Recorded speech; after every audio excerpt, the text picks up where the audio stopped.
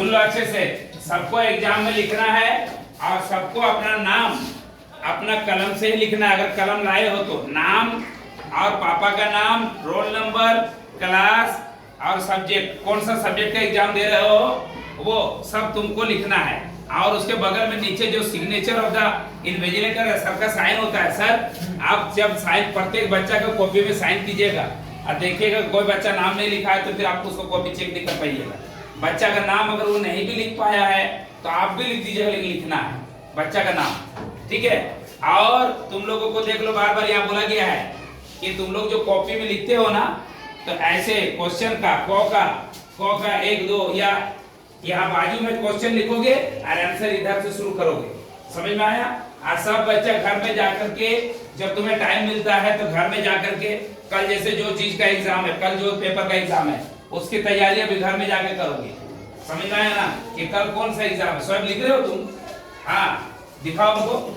सबको ध्यान से लिखना है घर में कौन सा एग्जाम है, वो एग्जाम जो है अच्छे से देख करना है। समझ में आया ना? अच्छे से तैयारी करना है घर में कि कल परीक्षा है और सबको तुम्हारे बदले में हम नहीं लिख सकते हैं। याद रख लेना, तुम्हें ही लिखना होगा, तुम्हारे आंसर शीट में तुम्हें ही लिखना होगा। समझ में आ गया ना? समझ में आया क्या बोल रहा हूँ मैं? हाँ, आप ध्यान से लिखो, कोई गड़बड़ी मत करो। और सबको, कोई ऐसा है जिसको एडमिट कार्ड नहीं मिला है अभी तक? जिसको भी नहीं मिला सबको मिल जाएगा एडमिट कार्ड। हाँ ठीक है, चलो 40 मिनट में उधर से लंच ब्रेक के बाद, टिफिन के बाद तुम्हारा क्लास शुरू हो जाएगा, इसलिए 9 बजे से 40 मिनट से पहले से उन लोग को तैयार रहना, ठीक है।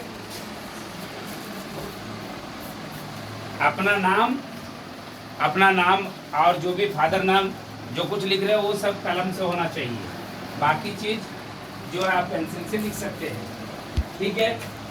अच्छे से भरा हुआ होना चाहिए सभी बच्चे का, ठीक है। आंसर शीट अच्छे से लिखना है और नीट एंड क्लीन लिखना है।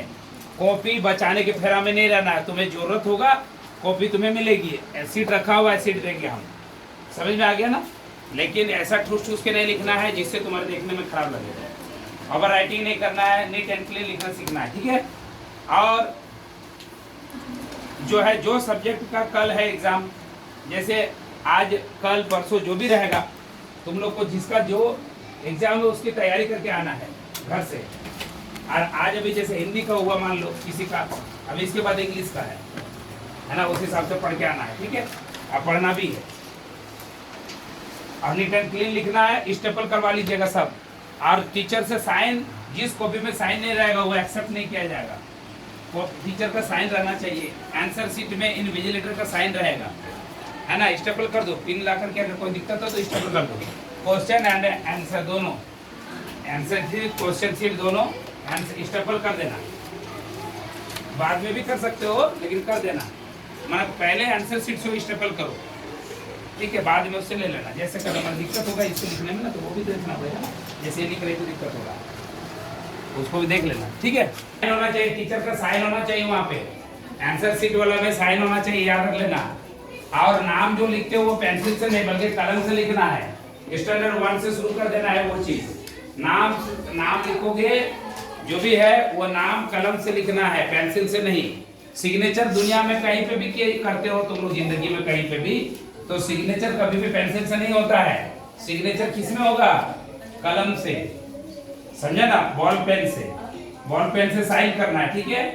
और ये बार बार बोला जा रहा है, ये जो तुम लोग का क्वेश्चन जब मिलेगा तो तुम लोग जैसे आज पढ़ के आए हो हिंदी, तो वो देखना है कि हिंदी का क्वेश्चन है कि नहीं, ऐसा नहीं कि दूसरा क्वेश्चन दे दिया किसी ने।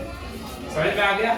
और क्वेश्चन अगर प्रिंट में मिस्टेक है या देखने में खराब लग रहा है या तुम पढ़ नहीं पा रहे हो, मिस को पूछना है, दूसरा बदल के देगा। समझ में आ गया ना? अगर गड़बड़ लगे तब, और अगर सही है तो कोई दिक्कत नहीं है। और क्वेश्चन में इस बार नहीं लिखना है, इस बार आंसर शीट अलग से दिया गया है, इसलिए ध्यान से। मैंने जैसे बोला भी है कि जैसे 1 का क नंबर, मान लो 1 का क का उत्तर लिख रहे हो, तो ये जो मैंने बोला ना, ये से बना के दिया था, इधर 1 लिखोगे, इधर आप कुछ नहीं लिखोगे, इस साइड खाली रहेगा, और यहाँ से आंसर लिखोगे। समझा? 2 में भी वैसे ही है, 2 यहाँ क्वेश्चन नंबर 2 लिख रहे हो, 2 का क है तो क लिखोगे, 2 का क उत्तर।